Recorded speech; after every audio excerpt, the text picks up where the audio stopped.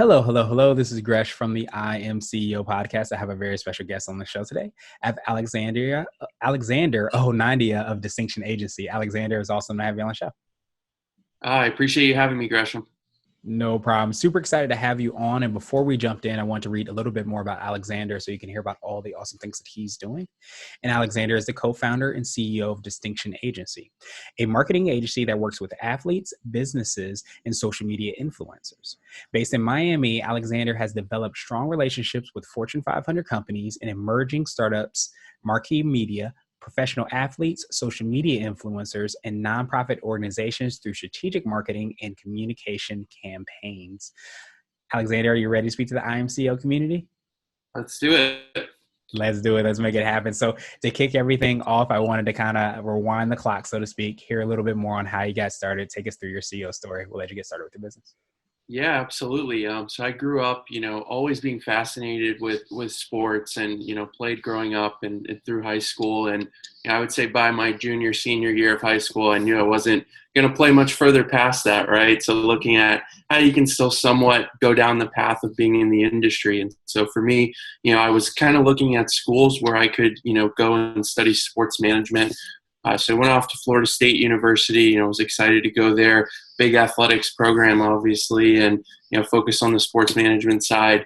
And so in my time there, had a couple different internships that gave me the opportunity to really get started in this industry. My first internship was with a PR firm focused on some different sports clients, both brands and universities, and helping them with various different things. And so throughout that experience, I really enjoyed it and learned a lot more about what PR and marketing really is and how it relates to the sports business. I think I was very fortunate too, at the same time that I was going to school, and then even when I graduated and went into my first agency job, social media was really just becoming a thing. It was really starting to take off. You were starting to see brands use it a lot more, and certain talent leverage it as well. And so that was a great opportunity for me, because as an intern and then even as an entry level, employee, a lot of the more senior executives and people didn't want anything to do with social media. There wasn't necessarily positions designed just for that at the time.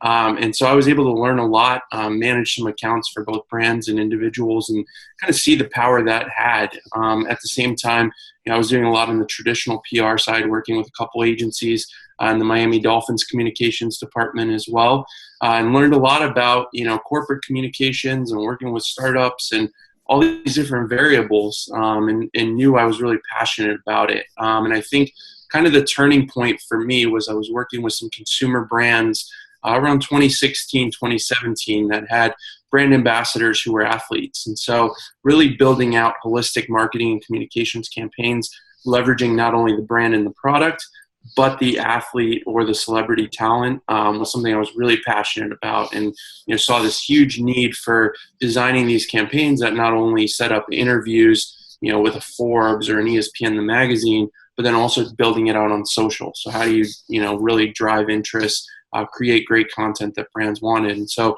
really enjoyed that process, and we were seeing as well a need for influencer marketing. That was something that was really emerging. Agencies didn't really know how to handle it at first. It just kind of fell in the same bucket as, athlete marketing or traditional PR. And so as I was learning influencer marketing, I was finding there wasn't many agencies at that time, focused on helping those individuals. It was kind of the wild, wild west. It still is a little bit. But there really wasn't much. And so these influencers didn't know, how much to charge for a campaign, what the deliverables would look like, how to negotiate with a brand, in a way that, typically an agent would do for an athlete. So saw that huge need. And in 2018 with my business partner, we started Distinction Agency, and, really focusing on serving three types of individuals: athletes, influencers, and businesses. Nice. I absolutely love that. And as a, big sports junkie, I definitely love how you transition from that to building your agency, and still those foundational principles in the beginning are still evident. And it's kind of awesome that you've been able to do that. I'm a huge Peter Warwick fan. I don't know if you know Peter Warwick, but he was, yes, I was a huge fan before he went to the Bengals. But yeah, I used to always love watching Florida State as well too. So definitely, love how you've been able to kind of transition that. So I know you talked about it a little bit. Could you take us through like kind of your process and how you work? I know you work with different client base, but could you take us through kind of like the foundational principles of that? Absolutely. So, the three types of groups that we serve, specifically the athletes and influencers first. We customize everything we do for them. I think the core element that we do for each one is brand partnerships. So looking to add to their brand portfolio, a lot of individuals come to us and they're already doing some partnerships. It's probably something mainstream, like maybe a shoe deal or an energy drink or a water company, but they're looking to diversify and work with different types of companies, maybe industries that they're passionate about, like technology, fitness, fashion, etc. We also have individuals who want to get involved with startups, and maybe even looking at non-traditional endorsement deals like equity opportunities. So that's something that we really build out with each individual, and each individual is very different on what they're looking for on the brand partnerships. And so we help them, bring those extra opportunities to the table. With the athletes specifically, a lot of times they do have an agent. However, that agent might be focused on their top clients on their roster, their Pro Bowl players or their multiple time All-Stars for marketing, because they're not, specialists in marketing. And so the players who are kind of on that next level, who, start for their team or have won an Olympic gold medal or whatever that might be, there's so much untapped opportunity for marketing. So we really help them try to find those extra partnerships and be a valuable partner there. We also offer services like public relations and content creation, and really helping these individuals build a brand. I like to say that building a brand isn't one campaign that you do for a few months or anything like that. It's a lifestyle. So you really have to identify, how you're going to build this brand, what you want your tone to be, both with the media and in your content, who you want to work with. And so we help them through that as well. And then on the businesses side, we operate kind of like a traditional agency in a sense, offering services, like social media marketing, public relations, content creation. We just did our first event during Super Bowl here in Miami this year as well. So have those services as well for businesses. And what I think makes us unique is we're able to really look at how we can leverage the talent we work with to help those brands and also offer some traditional services that benefit them. Yeah, I absolutely love that, and I think too. And I don't know if you find this with clients. And I know you mentioned your secret sauce. Do you find that because I don't want to say it's completely new, but it's probably definitely ever evolving, kind of like the influencer and just marketing in general and PR as well too. Do you find that a lot of the clients maybe they just want to do what they're really really great at, and having that opportunity to kind of lean on somebody that's able to kind of come up with those maybe creative ideas, or they might see it as out of box ideas, prevents that really great kind of relationship and really co creation opportunities. Yeah, for sure. And I think a lot of times, we talk to brands who they're doing a really great job, maybe with their social media marketing, or they're doing a great job with their content, but maybe they're lacking on the public relations side or vice versa. And Mm. so we try to look at, all right, how can we story tell through our content and then through the PR side? So an example would be like, if we work with an Olympic gold medalist, building out an endorsement campaign where that individual is promoting that product on social and creating content and doing appearances, but then also leveraging that story on PR. So maybe this was a traditional consumer brand that all of a sudden sports media are interested in talking to. And there's also, an entrepreneurial element to that about how an athlete is working with various brands. So that's kind of how we look at it as, we try to identify what you're doing well already, and then how we can reach those untapped areas. And I think the example of leveraging an athlete to get some sports press talking about your brand that might not have a lot to do with sports is a great way to do that. Yeah, absolutely. And I love kind of like the organic nature of it, because I think so many times, you might just have, if something doesn't have to do with sports, you just have it plop there, and it doesn't kind of organically it isn't organically kind of massaged through that, through the way that it's communicated. But I love, really thinking about it and getting creative on that story piece and what the brand stands for, and figuring out how to make that transition, but do it in kind of a seamless way is definitely a huge thing. Absolutely. Awesome, awesome, awesome. So I wanted to switch gears a little bit, and I wanted to ask you for what I call a CEO hack. So this could be like an app, a book, or habit that you have, but what's something that makes you more effective and efficient? Yeah, so the habit, I think that it has really helped our business grow, and it just has helped me personally, is always looking at networking every day. And it doesn't have to be getting on the phone or sending a bunch of emails, but it can be even little things like you're sitting on the couch, there's a football game on in the background, and you're sending a few messages on Instagram or LinkedIn or engaging with people's content. And I found that to be huge. If you can just dedicate, a small part of your day to engaging with people, whether they're people you already know and work with or people you aspire to get to know and work with, and try to set up time to speak with them in the future. I found that to be really successful, and it's an easy little hack because it doesn't have to be something where you carve out all your day. It can be just something as simple as you're already on Instagram, you're already kind of scrolling. Why not use it with intention and try to get something out of that?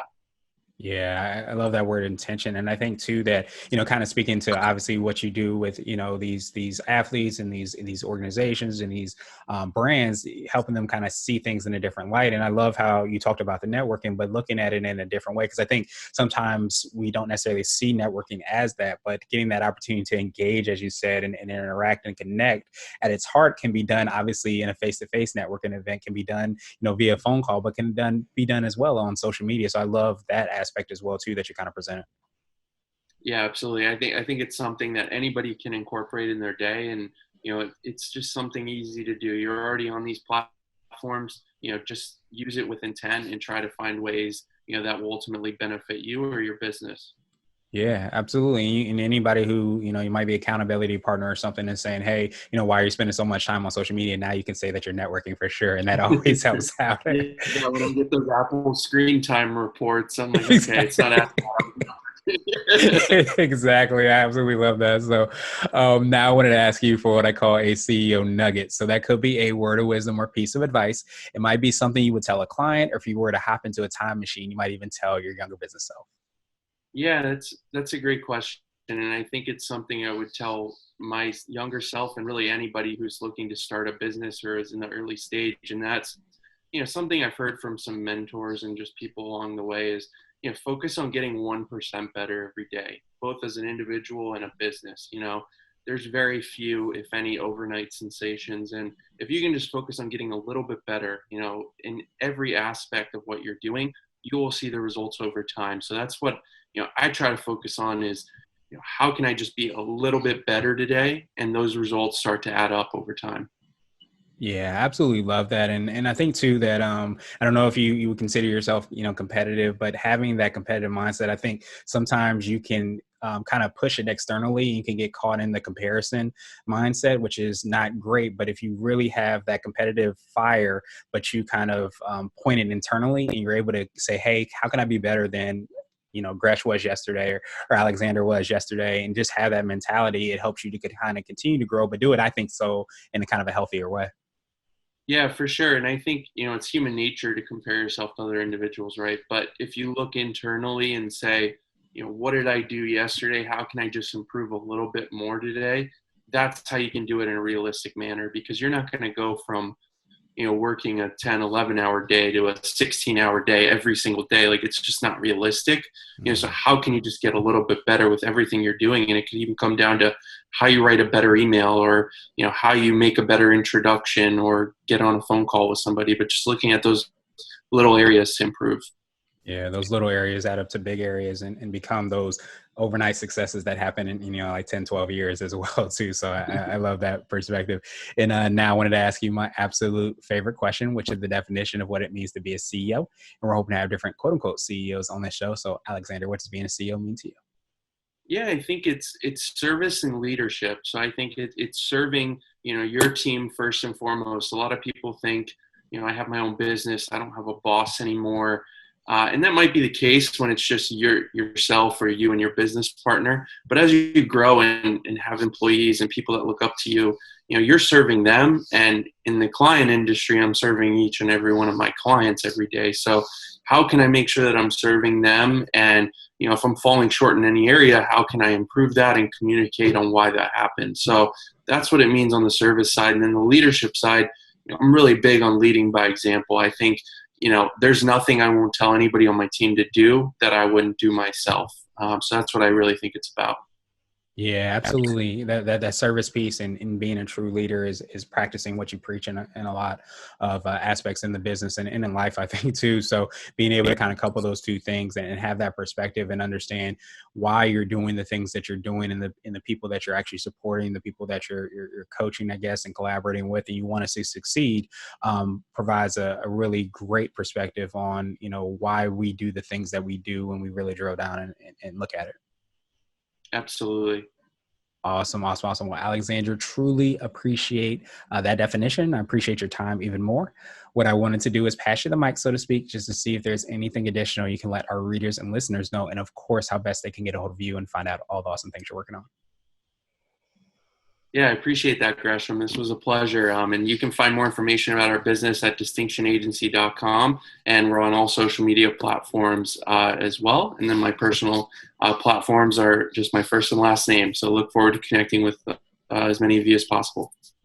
Awesome. Thank you so much. And to make it even easier, we'll have the links and information in the show notes as well, too. But I appreciate you again, my friend, and I hope you have a phenomenal rest of the day.